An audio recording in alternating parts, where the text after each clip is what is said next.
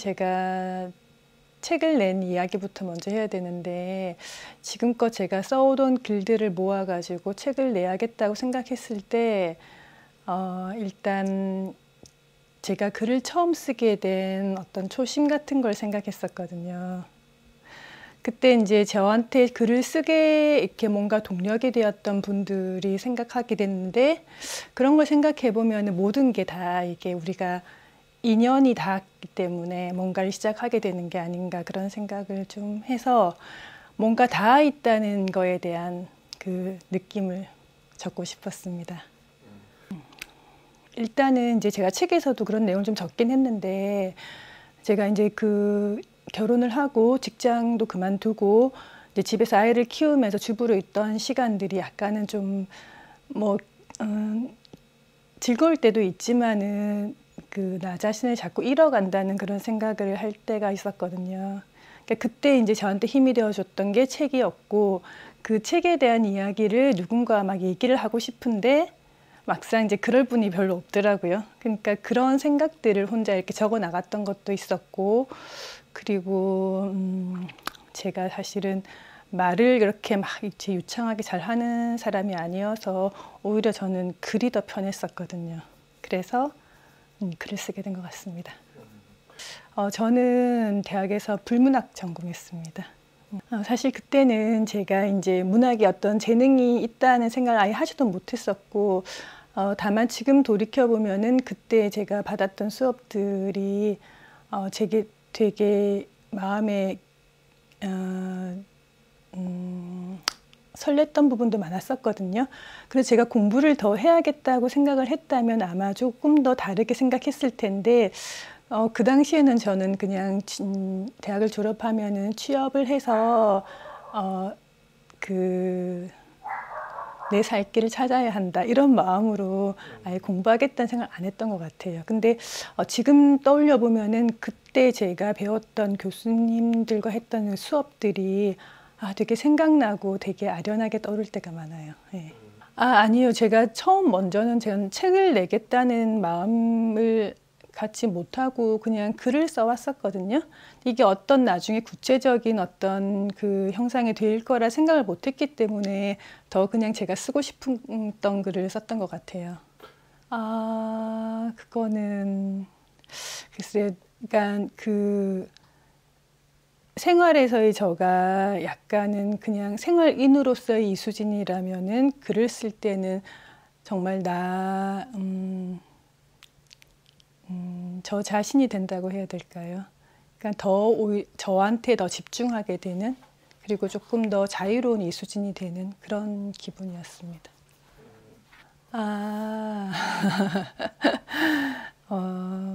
글쎄 그걸 꼭 두 개 중에 하나를 선택할 필요는 없을 것 같아요, 저는. 근데 제가 약간 아이 키우면서도 사실은 제가 뭐 다 기술하진 않았지만은 너무 기쁘고 행복했던 순간들도 있었고, 그리고 물론 이제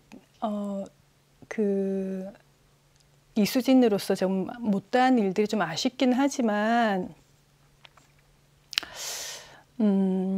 그 삶도 저한테 되게 중요했다고 생각해요. 그리고 그 삶이 없었으면 제가 글을 썼을까, 그런 생각도 하거든요. 그래서 만약에 되돌아갈 수 있다면은 물론 제 일을 조금 더 집중해서 하고 싶은 마음은, 욕심은 들죠. 네. 하지만 아이들을 키우고 뭐 결혼을 하고 이런 생활에 대해서 제가 후회가 남는 건 별로 아닌 것 같아요. 제가 쓴 글들을 모아서 이제 정리를 하다 보니까는 저한테 중요한 게 무엇인가 조금 보이더라고요. 그게 저한테는 관계고 누군가와 함께 뭔가를 하는 일, 그런 것이 중요하다는 생각이 들어서 이렇게 책의 주제가 연결과 인연? 그런 걸로 되었습니다. 근데 그렇다고 제가 사람들을 많이 만나고 다니는 스타일은 아니거든요. 그런데 제가 지금 이제 사람을 많이 만나지는 않더라도 우리 사실 인간이란 존재가 연결되지 않으면 살아갈 수가 없잖아요. 저희 가족도 그렇고 친구도 그렇고 함께 글 쓰는 사람들, 뭐 그런 게 조금 더 깊이 들여다보면은 그 관계 속에서 제가 보이거든요. 나는 여기 이 관계에서 난 이런 사람이구나. 그러니까 오히려 어떻게 보면은 관계를 얘기했지만은 또 다른 저를 발견하는 일이죠, 그게. 근데 제가 책을 낼 때 내 이야기를 적겠다고 마음먹었던 건 아니었거든요. 사실은 저는 책에 대한 얘기를 많이 하고 싶었고, 그러니까 책을 보다 보면 그 안에 사실은 다 나의 모습이 들어있거든요. 그러면서 책에서 발견된 제 모습과 또 제 모습이긴 하지만 어쩌면 이게 모두가 함께 느끼는 감정이 아닐까라는 생각이 들어서 그것까지 같이 공유하다 보면 뭔가 공감이 있지 않을까 생각했습니다. 일단 제가 이제 사실은 첫 파트 뭐 삶은 힘들다지만이지만 이게 우리가 지금 일상생활에서 겪는 힘든 점이나 우리가 뭐 외로운 점이나 아니면 하여튼 겪는 어떤 우리의 어떤 고난이나 힘든 점들을 얘기하고 싶었고 그런 얘기를 함께 하다 보면은 조금 더 힘을 낼 수 있지 않을까 그런 마음이었고요. 두 번째 파트는 이게 우리가 관계를 맺는다는 게 인간뿐만이 아니라 사실 이 지구와 연결된 모든 자연들과 연결되어 있다고 생각하거든요. 그 자연을 하나의 거대한 이제 우리의 협력체 내지는 우리의 공간으로 생각한다면은 이거조차 우리가 조금 더 깊게 생각해서 살아야 하지 않을까라는 생각이 들었었고, 그 다음에 마지막 이제 챕터는 그럼 우리가 여기서 어떻게 살면 좋을까 거기에 대한 얘기를 좀 하고 싶었습니다. 아무래도 그 공감이라는 게 이게 비슷한 이제 그 환경이나 테두리에서 이제 경험했던 사람들에게 느끼는 게 크니까 저는 뭐 아이를 키웠거나 아니면은 이제 중년에서 삶의 마지막을 이렇게 바라보고 있다거나 그런 분들이 읽으신다면은 뭐 같이 함께 느끼는 부분이 더 많지 않을까 그렇게 생각합니다. 저랑 함께 공감했던 부분이 많은 분들은 저희 책에 공감했던 분들이 많은 분들이 거의 저희 또래의 아이를 키우고 중년을 지나가는 주부들이더라고요. 근데 제가 글을 쓰면서 생각한 것은, 이게 제가 이제 작가로서 좀 더 좋은 글을 쓰고 싶고, 잘 쓴 글을 내고 싶다는 그런 욕심이 들잖아요. 그럴 때마다 제가 생각하는 거는 글이 글이 저보다 더 뛰어나게 쓰여질 수는 없다는 생각을 항상 하거든요. 그러니까는 글은 어차피 그 작가의 생각만큼 나만큼 보여질 뿐이라는 생각을 하면은 사실 힘을 좀 빼게 되거든요. 그래서 모르겠습니다. 읽는 분들은 어떻게 느끼실지 모르겠지만은 저는 그 순간 그냥 이게 나구나라는 마음으로 글을 썼던 것 같아요. 근데 접근성 때문이었던 것 같아요. 제가 뭔가 대단한 작가가 된다는 생각이 안 했기 때문에, 물론 저에게 무슨 뭐 시인이나 소설가로서 어떤 목표의식이 있었다면은 좀 더 전문적으로 공부해 볼 수도 있었겠지만은, 저에게서 할 수 있는 일은 그냥 제 일상을 기록하고 제 생각을 적어 놓는 일이었기 때문에 아마 접근성 때문에 제가 수필로 글을 쓰지 않았나 싶습니다. 글의 범주를 뭐라고 봐야 될지 잘 모르겠는데, 뭔가 이렇게 누구에게 활자화되어 가지고 보여줄 수 있는 글은 사실은 그렇게 자주 쓰는 건 아니고요. 하지만 저의 아침 일상이 항상 글로 시작하긴 합니다. 뭐 일기든 어떤 생각의 단편이든 항상 기록하죠, 저는. 매일 하고 계세요? 네. 근데 이제 일단 제 얘기부터 하자면은, 저는 사실 아주 막 큰 꿈을 가지거나 목표가 뚜렷하다거나 아주 목표지향적으로 달려나가는 사람은 아니거든요. 대신에 이렇게 아주 일상에 그냥 되게 만족하고 사는 스타일인 것 같아요. 그래서 아이를 키울 때나 뭔가 힘들다고 느껴지는 그런 날들이 계속될 때 그냥 그 순간순간 그냥 즐겁게 살았던 것 같거든요. 그런데 그게 이제 뭔가가 순간의 기쁨과 즐거움이 있지만 그냥 사라져 없어져 버리는 거에 대한 아쉬움은 늘 있었기 때문에 그 순간 내가 뭔가 조금씩 나를 위해서 쌓아두는 시간이 필요하다고 느꼈었거든요.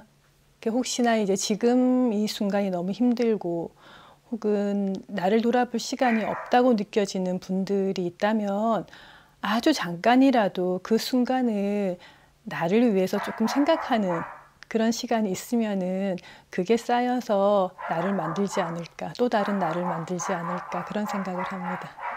아, 그렇죠. 저 같은 경우에는 그런 순간들을 글로 써서 남기기도 했고, 일기를 쓰기도 했고 했는데, 그런 게 이제 시간의 힘이라고 하잖아요. 그게 쌓여서 또 다른 내가 뭐가 만들어지지 않나 하는 생각이 듭니다. 완벽하지가 못하죠. 좀 어디로 숨고 싶고. 조금 이제 이게 첫 책이니까 물론 아쉬운 점도 많고, 그리고 좀 더 잘하고 싶다는 욕심도 들고, 그래서 다음번엔 더 어떤 책을 내면 좋을까 생각하기도 하고 그렇습니다.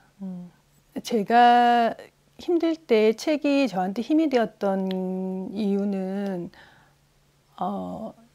그 책을 읽으면서 저한테 책을 보면서 제가 느꼈던 감동이나 내가 비록 경험하지는 않았지만은 책을 통해서 내가 이런 세상이 있었구나 하고 하는 놀라움 이런 부분이었거든요. 저에게는 그런 경험이 없지만은 책으로 통해 얻을 수 있는 게 그런 거라고 생각합니다. 그래서 물론 제 책이 이제 에세이이고 제 일상에 대한 이야기지만은 누군가에게 작은 힘과 용기가 될 수 있는 그런 감동이 있었으면 참 좋겠다는 생각을 합니다. 저는 개인적으로 아주 공부를 많이 해서 학문적으로 거창한 책보다는 그냥 일상생활에서나 아니면은 누군가 힘든 인들에게 기쁨과 위로가 될 수 있는 글이 좋은 글이라고 생각합니다. 아직 지금 구체적으로 생각한 거는 없지만 제가 하고 싶었던 게 제가 책에서 느꼈던 그런 감동들을 다른 분들과 함께 나누는 작업을 하고 싶거든요. 좋아하는 작가를 소개하고 거기서 느꼈던 정신이 이런 것이다라고 얘기할 수 있는 그런 글을 쓰고 싶습니다. 얼마 전에 제가 그 강원도 원주에서 그 박경리 작가의 생가를 갔었는데요. 예전에 그 박경리 작가가 글을 쓰셨던 그 공간을 그대로 복원해서 이제 일반인들이 볼 수 있도록 해놨더라고요. 근데 제가 거기서 받는 감동이 되게 컸었어요. 왜냐하면 그 작가의 어떤 정신이 그 살아있는 동안에도 그 올곧게 끝까지 간 그 작가 정신이 돌아가신 후에도 여러 사람들에게 이 정신을 보여줄 수 있다는 그 감동이 있었거든요. 이걸 다 어떻게 표현해야 될지 제가 잘 모르겠는데 무언가 자기 내면에 이렇게 웅크리고 있던 그런 생각들을 누군가에게 잘 펼쳐서 보여줄 수 있는 그게 작가 정신이지 않을까라는 생각이 듭니다. 예. 제가 좋아하는 작가가 너무 많지만 최근에 제가 열광적으로 읽고 있는 작가를 소개하자면은 그 올가 토카르추크라는 작가거든요. 이 책을 쓰신 분인데 이분이 노벨 문학상도 받으신 폴란드 출생의 분이신데 책을 읽으면서 물론 글을 잘 쓰는 분들이 너무 많지만 그 책을 통해서 그 작가 정신을 오롯이 이렇게 표현한다는 거는 쉽지 않은 일인 것 같은데 이분은 여러 가지 책을 통해서 자기가 작가 본인이 얘기하고 싶어 한 것을 아주 명확하고 경쾌하게 그리고 단호하게 설명하시는 분이거든요. 작가의 정신과 글과 모든 게 다 좋아요. 처음에 제가 글을 쓰는 것도 뭔가 책을 내겠다는 욕심에서 쓴 것이 아니었고 제 일상에 대한 생각들을 정리한 것이었는데 막상 책을 내게 되었을 때 낸다고 했을 때 너무나 세상에는 글을 잘 쓰고 멋진 작가들이 많은데 제 같은 무명이 글을 쓰는 게 어떤 의미가 책을 낸다는 게 어떤 의미가 있을까라는 생각을 좀 했었거든요. 그런데 책을 내면서 느낀 거는 이게 작은 시작이지만은 저의 어떤 생각을 쌓아 나가는 시간이기도 하구나라는 생각을 했어요. 그래서 뭐 제가 좋아하는 올가 토카르추크라든지 한강 작가라든지 그분들의 그 책을 읽으면서 제가 이제 담고 싶었던 그들의 세계관, 그런 것들을 저 속에 잠깐씩 채워나가면서 좀 더 나은 글을 쓸 수 있는 어떤 계기가 되지 않을까라는 그런 해답을 얻었습니다. 섬을 드나드는 배는 낮에만 운행되었기에 밤이 되면 인적이 끊겼다. 흔한 민박집도 식당도 찾아볼 수 없었다. 소록도는 중앙공원이라는 작은 공원을 사이에 두고 한센병 환자, 가족들이 지내는 환자 마을과 병원 직원들이 거주하는 직원 마을로 구분되어 있었다. 낮에는 주민들이 낚시도 하고 밭일도 하며 여느 농촌과 다름없는 일상을 보냈다. 저녁이 되면 모두들 집으로 돌아가 섬의 안락한 날개죽지 아래 고요한 시간을 보내는 것 같았다. 우리가 지냈던 관사는 방 한 칸, 그리고 작은 부엌이 딸린 아파트로 치면 10평도 되지 않는 작은 주택이었다. 문을 열면 넓은 벌판이 보였고 200m 정도 좁은 길을 걸어 나가면 한적하고 청정한 해수욕장이 펼쳐져 있었다. 지금 생각하면 도시인들이 꿈꿔보는 한 달 살기에 최적화된 집이 아니었나 싶다. 멀리 숲속에서는 고라니인지 사슴인지 모를 야생동물의 울음소리가 드문드문 들려왔고 가까이에선 먹다 남긴 멸치 꽁다리라도 얻기 위해 고양이들이 울어대곤 했다. 낯선 풍경이었지만 자연스러운 일상이었고 뭐 하나 급할 게 없던 평화로운 시간이었다. 그곳에서 우리가 한 일이라곤 고요한 바다를 바라보며 낚시하기, 물때 맞춰 조개 캐기, 산책하며 이웃의 일상을 구경하던 일이 다였으니 이런 여유 있는 시절이 다시 올까 싶다. 처음엔 시골의 밤이 얼마나 아름답고 신비로운지 알지 못했다. 불빛 가득한 집에서 문을 열고 어둠 속으로 나아가는 일은 광활한 우주 밖 첫걸음을 내딛는 일이었다. 도시에서만 생활했던 나는 어둠 속에서 무엇이 나타날지 상상하기 어려웠다. 공기를 흔드는 바람 소리에 정체 모를 생명체의 바스락대는 소리, 표현할 수 없는 울음소리가 간간히 밤의 정적 속으로 파고들었다.